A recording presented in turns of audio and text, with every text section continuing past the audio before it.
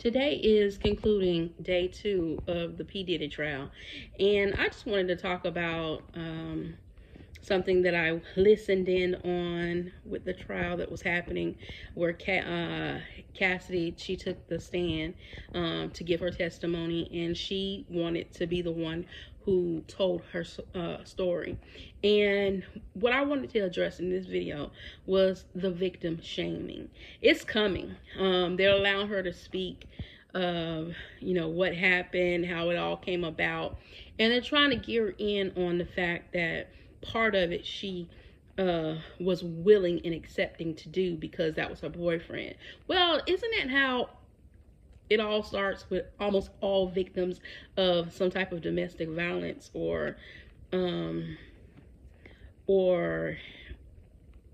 domestic violence with a mate or a family member or a friendship? It typically starts off consensual because a person don't just come into the relationship tapping you in your head from day one, because then they will never have your trust.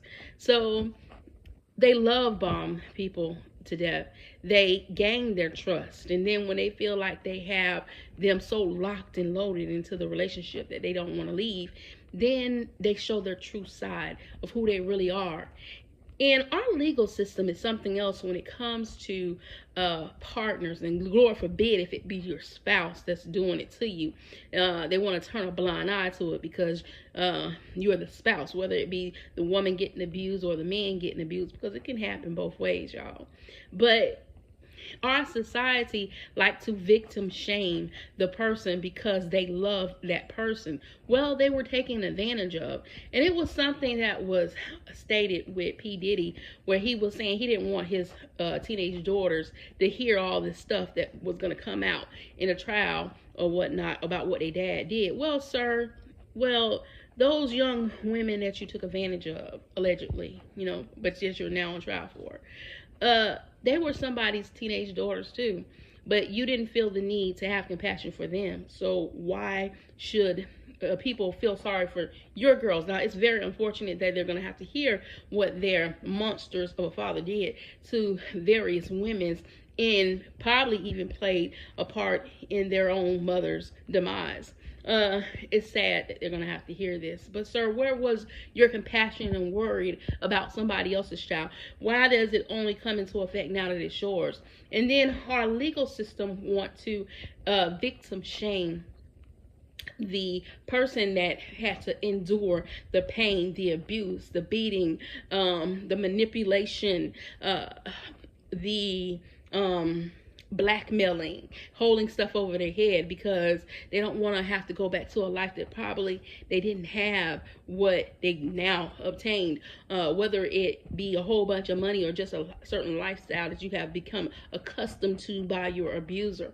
It just boils my blood when I hear how attorneys will be so willing to use that as the reason why this happened so that their client can get off. I mean, I know that's their job in order to defend their client, but come on now.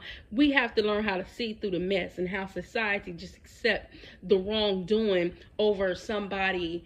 They want to be on the defense of the accused side. We got P. Diddy on a trial now, but let's also talk about Shannon Sharp. I mean, he was messing with young girls too. It was consensual at first, I'm sure, with their situation. Then allegedly it turned into something else. So when it turned into something else, why do we have to have a blind eye to what the victim is going through? I'm very passionate when it comes to domestic violence situations or sex essays and the R word. I don't know why we can't say it, since y'all so accepting of it and want to shame the victim of it on social media. I have a very strong passion for that because I've lost a family member because of DV.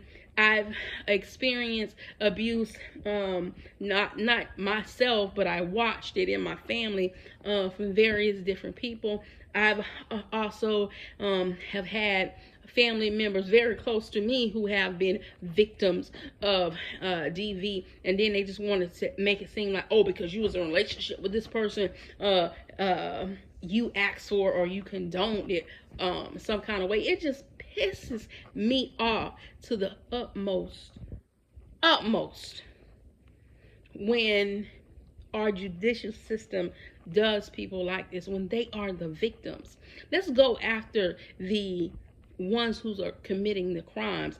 We shouldn't allow money to stand in what is right and what should not be allowed. We should not let careers stand in the way of getting justice for someone, or just because somebody has the likeness of the victim that you victimize. Don't use it now to your advantage, because where was all this compassion and feeling sorry for and all this other stuff when you were doing it to somebody else? Let's also mind you, this has been so many years. This woman has a husband. She is now pregnant, having to relive this thing all over again, where everybody thinks it's all entertainment for them. It's for you to get publicity. It's for you to get notoriety as being the one who's bringing it. But this is this woman's pain. This is what she had to endure. She could have lost her life behind this. Let justice be served. I don't give a god darn who it is. If you did the crime, you need to do the time. And if you have to pay for it out of your pocket, oh well, it was your money that kept people quiet. Now let your money be snatched out of your pocket and put into the pockets of the ones that you hurt, the ones that you did all this malicious stuff to. Whether it's P. Diddy, whether it's Shannon Sharp, or whoever, whatever other fool that want to go around here just committing all these crimes and then try to play the victim when they're the ones who are the abusers. This is day 2. By the time y'all seeing this, it's probably going to be day 3 of the trial. Y'all, let's stop. Let's stop victim shaming people. Let justice be served. You did it. Now it's time to pay now that it's out. And for whoever leaked that hotel thing when that man did what he did and viciously beat that woman and dragged her back to the room. Thank you. Thank you for putting it into the forefront so everybody could see. You didn't let money stop you from doing what was right. We as a society, we need to get it together, because we are slowly but surely, and maybe not even that slowly no more, quickly losing our morals, losing what is right and what is wrong. More people are agreeing with the foolishness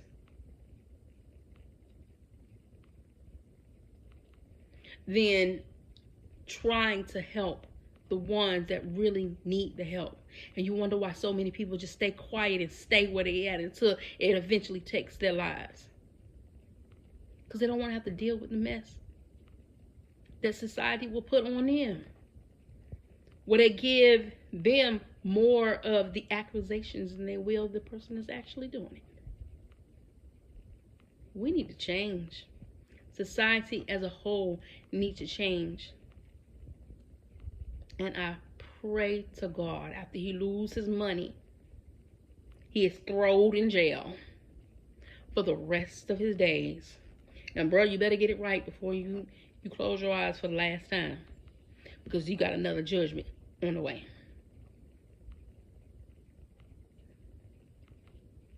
I just wanted to speak on that because it really pissed me off.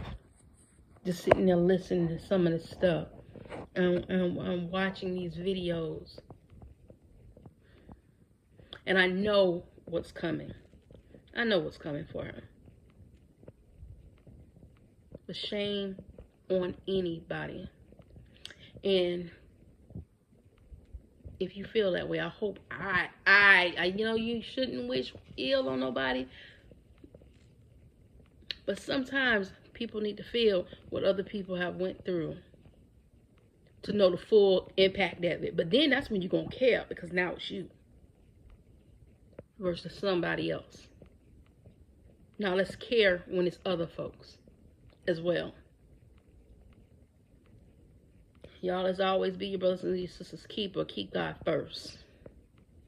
We need to change.